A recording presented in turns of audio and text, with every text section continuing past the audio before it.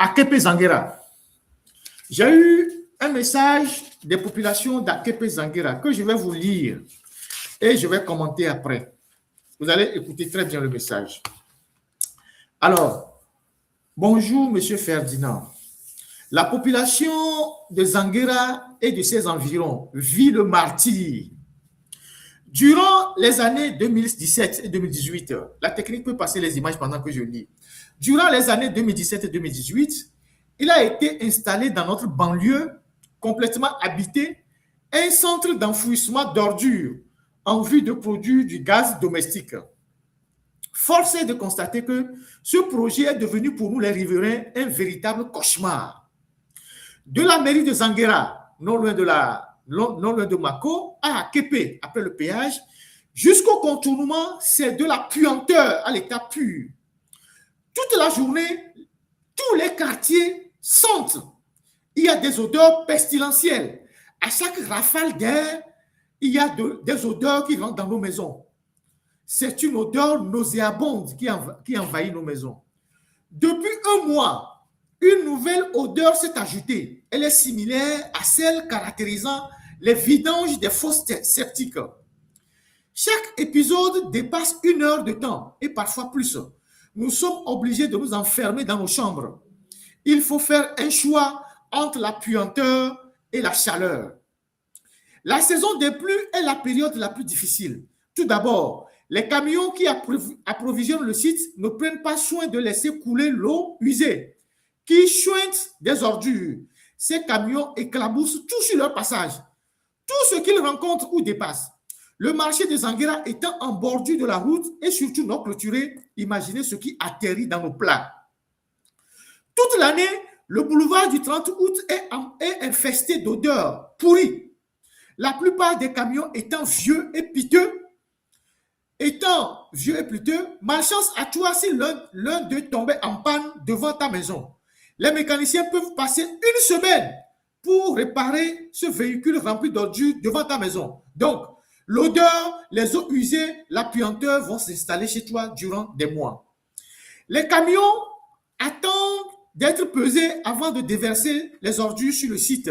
Surtout qu'aucun espace n'a été réservé pour ces camions. Donc, ces camions se retrouvent à la devanture des maisons des riverains qui est utilisée. Ces riverains passent toute leur journée et nuit, et ceci toute l'année avec ces odeurs dans le nez. Qu'a-t-on fait pour mériter ce châtiment? Aujourd'hui, même cette odeur caractérise le boulevard du 30 août. Sur la bretelle qui quitte l'ancien péage au site d'enfouissement, on compte 2 écoles en bordure de la route, plusieurs commerces, dont une dizaine de restaurants et de stands de vente de nourriture. Vous comprenez que ces conditions ne peuvent qu'encourager la surpopulation des mouches. Nous savons que la prolifération des mouches impacte la santé des enfants, sérieusement les enfants du quartier. Ceux qui sont dans mon environnement sont constamment souffrants. Je tiens à informer le ministre de la Santé et toute son équipe que la zone dont nous parlons constitue déjà un potentiel espace épidémique. Dans les 2 principaux centres de santé de Zanguera, CMS et le centre des Sœurs, et dans les salles de consultation d'hospitalisation, le parfait caractéristique des ordures trahit les efforts des responsables pour offrir les bonnes conditions de descente de travail et de prise en charge. Ce qui fait très mal est que nous avons appris qu'il est possible de traiter ces ordures. Le budget manque. Ou est-il consacré à autre chose pour couvrir les ordures d'une simple couche de sable est déjà bon pour limiter les odeurs. La grande inquiétude est de savoir ce qu'il est des nappes phréatiques dans la zone. Est-ce que ces nappes sont saines ou déjà contaminées? Nous précisons que la TDE n'est pas accessible dans cette zone. Tous ceux qui habitent cette zone sont au forage. Non loin de Zanguera, à Atilamonou, juste derrière le bassin de rétention, avant le carrefour, gît un grand dépotoir dont l'odeur tue à grands pas le quartier. Sachant que les 2 bassins de rétention des 2 côtés de la route se communiquent et que le bassin qui est du côté de Bomamé inonde la partie basse du quartier, nous retenons que le trop-plein d'eau n'est pas le véritable problème. Une zone épidémique s'y installe. Monsieur Ferdinand, il se dit que c'est à travers votre live que le PCM évalue les travaux de ses collaborateurs. Je voudrais vous interpeller. Le PCM a fait un tour dans le quartier et vite, sinon ils vont corriger le tir et estimer que nous racontons des mensonges. Nous interpellons le ministre Kokoroko à prendre au sérieux son travail environnemental à Zanguera. Le ministre de la Santé, M. Tessi, a fait un tour pour évaluer les risques épidémiques. Le maire Lamadokou pour un audit actif de sa commune. Voilà ce que les gens de Zanguera m'ont envoyé. À la réalité, moi-même, je suis déjà allé sur ce site il y a 5 ans pour faire une petite enquête. Et j'ai même fait une émission dans l'autre journal. Si vous arrivez sur le site d'enfouissement d'Akepe, où se trouve le site d'enfouissement d'Akepe? Le site se trouve à gauche de l'ancien péage. Quand vous arrivez à l'ancien péage, vous voyez une rue qui est goudronnée et qui va au fond. C'est là où Foy Nassingbe a amené Manuel Valls. Quand Adjurouvi a amené Manuel Valls pour venir faire leur business au Togo et se faire un peu de sous, c'est là-bas ils ont amené Manuel Valls. C'est un projet qui a été financé par l'AFD, l'Agence française de développement. Sauf que dans les études, il ne devait pas avoir ce projet à ce niveau-là. Ce projet devait être envoyé vers déjà Badia ou un peu plus. On ne pouvait pas mettre un centre d'enfouissement dans cette zone-là. Je suis allé moi-même, j'ai vu les dégâts quand j'étais encore au pays. La plupart des gens qui ont des terrains là-bas qui ne peuvent pas construire parce qu'il y a des odeurs toute l'année. Et ce sont des odeurs insupportables. Aujourd'hui, ces odeurs dépassent même plusieurs kilomètres. Donc, tous ceux qui sont dans cette zone-là, ce sont des gens qui sont des potentiels malades. Et nous sommes dans la banlieue de Lomé. Il faut que le ministre de l'Environnement, effectivement, aille faire un tour sur le site. Il faut que le ministre de la Santé aille faire un tour sur le site.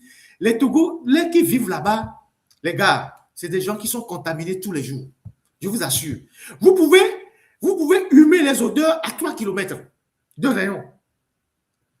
Vous pouvez humer les odeurs à plus de 3 km de rayon. Et ce sont des odeurs insupportables. Vous voyez, le monsieur parle même de la nappe phréatique, parce que toutes les maisons qui sont dans la zone, il n'y a pas la TDE là-bas. Donc, Amoulé m'a dit, et si les gourmets, donc l'eau est certainement contaminée. Et quand on parle d'ordures, on parle des métaux lourds qui sortent des ordures, qui contaminent la nappe phréatique.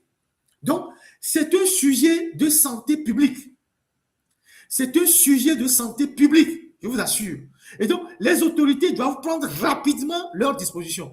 Moi, j'y étais il y a 5 ans. Je n'ai pas pu supporter. Je n'ai pas pu faire 30 minutes sur le site. J'étais étouffé d'odeur. Depuis le premier pas du goudron jusqu'au sur le site, j'étais étouffé d'odeur pestilentielle, insupportable.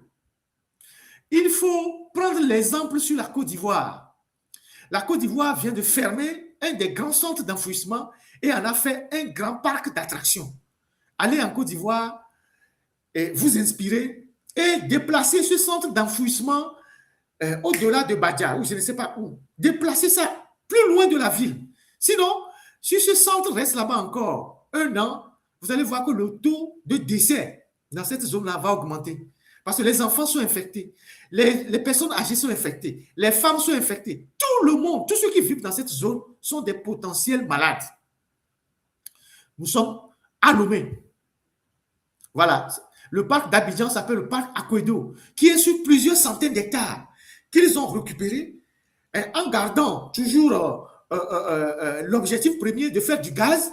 Mais ils ont fait appel à une société française qui les a aidés. Ils ont redimensionné le parc. Et actuellement, ils sont en train de produire le gaz, mais le parc est devenu un parc d'attraction. Ils ont réalisé beaucoup de choses. Ils ont fermé le centre d'enfouissement et ils ont déplacé ça ailleurs. Aujourd'hui, Akepe et Mwepe sont au cœur de la ville de Lomé. C'est le grand Lomé. Vous ne pouvez plus avoir un parc d'enfouissement là-bas.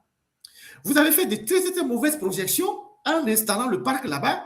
Il faut le déplacer aujourd'hui très loin et il faut le faire le plus rapidement possible. Et je pense qu'il y a des fonds sur le plan environnemental qui peuvent accompagner le Togo à déplacer ce parc d'enfouissement de là-bas vers un peu plus loin pour soulager les peines de nos frères et sœurs qui vivent dans cette zone-là. Donc, voilà, c'est un problème de santé publique que je tiens à partager avec vous et voilà ce que j'ai voulu dire.